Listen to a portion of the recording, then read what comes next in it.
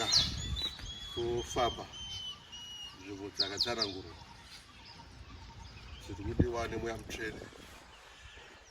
Tamunzvimbo yechitatu, saka tinotenda kuteera tsoka dzemweya mutsvene paminamati yekuvhara gore kuti vanhu vatema vayambudzwe. Haleluya. Hatisanganei 21 na 22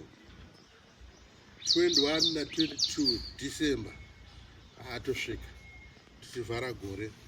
Mutambo womweya, mutambo unoera, mutambo wamaikoro, mutambo waroyi, mutambo wokuropafadzwa, mutambo wokusunungurwa, mutambo wokununurwa, muhondo dzepasi, mweya yenyika ino, mweya yemapipi, mweya isingaite rugare, mweya yekuberekeswa, mweya yekushandiswa.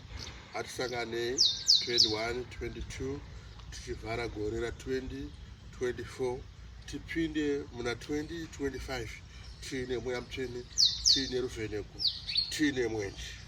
Apa patavari apa tava pabhodha, tabva kubhodha reZambia, tabva kuna nyami tichinamatira muteuro watakatarisana nawo 21 na 22, zvichireva kuti usasiya mwana, usasiya amai, usasiya kana ugere pedyo naye, kana une rudo.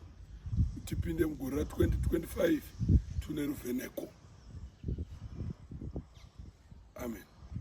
Tafamba rwendo rakataura nemweya mutsvene, tasadzisa mitunhu mitatu.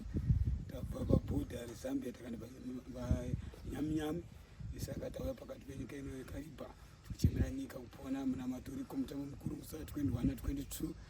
Nyika ino ipone, uyai vari kuchema, vada mabasa dzimba mbiri kupfuma dzakabatwa, vada kuropafadzwa, vada kukumburiwa munamato ukurwa nevaroyi, mupinde mugoredzwa mune upenyu, mune mararamiro akanaka, usoma namatiro akanaka. Saka tatenda tazadzisa rwendo rwemweya mutsvene, vanhu vachengetwe ine mhuri dzenyu, musasiye mhuri dzenyu. Ndatenda.